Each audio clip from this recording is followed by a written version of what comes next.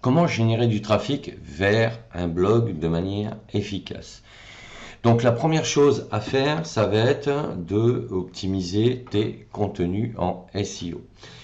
Donc comment optimiser un article en SEO?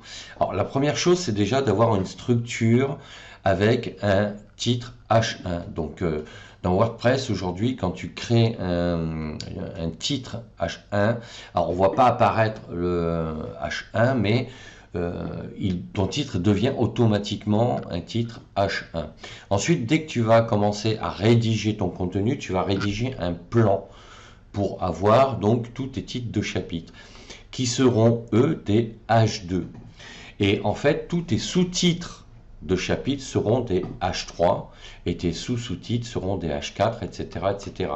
Alors, moi, je recommande plutôt d'aller maximum vers des H4 et H5 si nécessaire.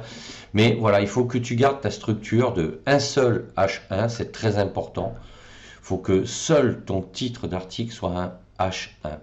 Après, tes titres de chapitre soient automatiquement des H2 et que tu découpes comme ça par H3 en sous-chapitres.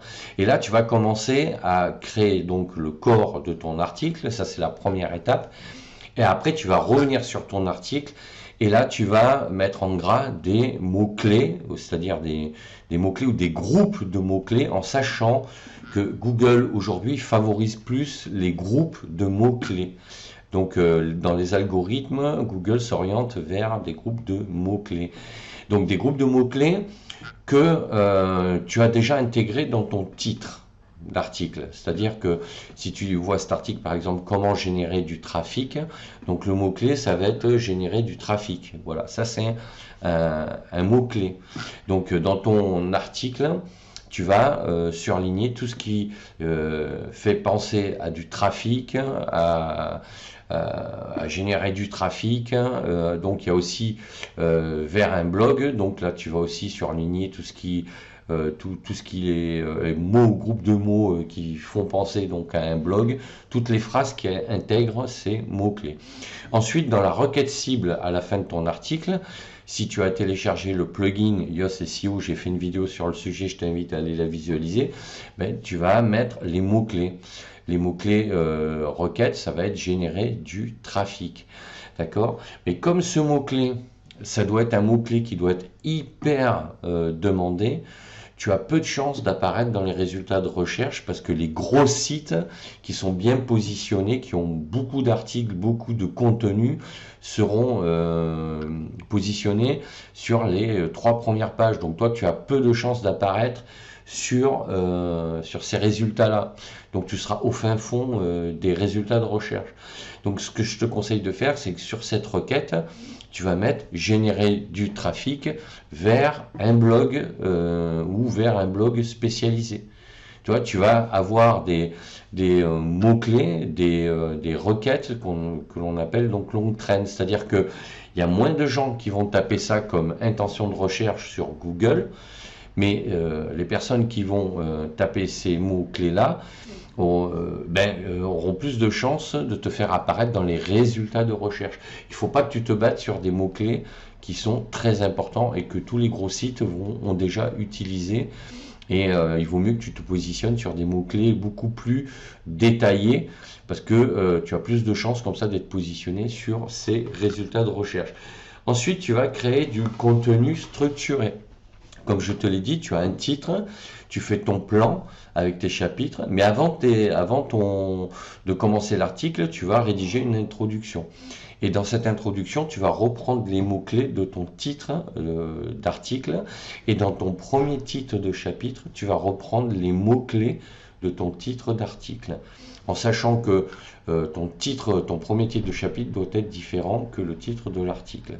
Il faut juste retrouver les mots-clés donc dans ton titre, dans ton introduction et dans ton premier titre de chapitre, mais tourné de manière différente. Ensuite, tu vas remplir la métadescription à la fin de ton article, si tu as téléchargé Yoast SEO ou un autre plugin qui analyse ton SEO. Dans la métadescription, tu vas remplir un descriptif synthétique de ton article. C'est ce qui va apparaître sur les résultats de recherche. Quand tu tapes, tu poses une question à Google, tu as des résultats qui s'affichent, tu as le titre de l'article et tu as un résumé du contenu de l'article. C'est ça la métadescription.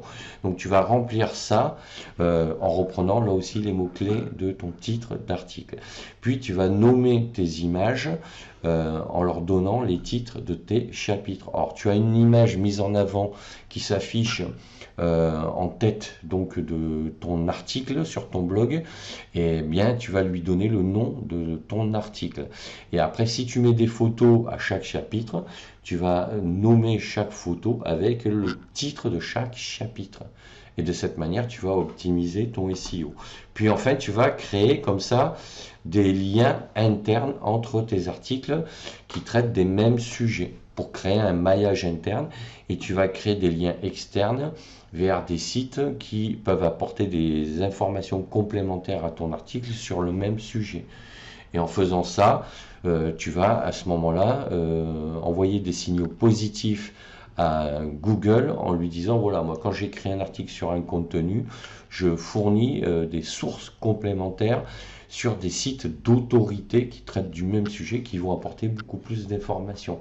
Et n'aie pas peur de renvoyer les gens vers des sources complémentaires sur des blogs qui ont plus d'autorité que toi sur le net. Mais ce que je te conseille après pour la partie technique, c'est que quand tu mets des liens dans les paramétrages, pense à cocher la case ouvrir un autre lien, un autre onglet, d'accord? Parce qu'il ne faut pas que les gens sortent de ton article. Donc quand ils vont cliquer sur le lien, il y a un autre onglet qui va s'ouvrir avec le lien ciblé, mais ton article, ta page article est toujours visible en ligne et ils peuvent y revenir très rapidement. Donc voilà au niveau des règles de base pour pouvoir générer du trafic rapidement, de manière efficace vers ton blog. Donc n'hésite pas à mettre un pouce bleu vers le haut, à t'abonner à ma chaîne, pense à la petite cloche pour être tenu au courant des nouvelles vidéos que je publie, et sache que tu peux télécharger mon livre Devenir formateur en ligne. Le lien est dans la description de la vidéo. Je te dis à bientôt, ciao ciao.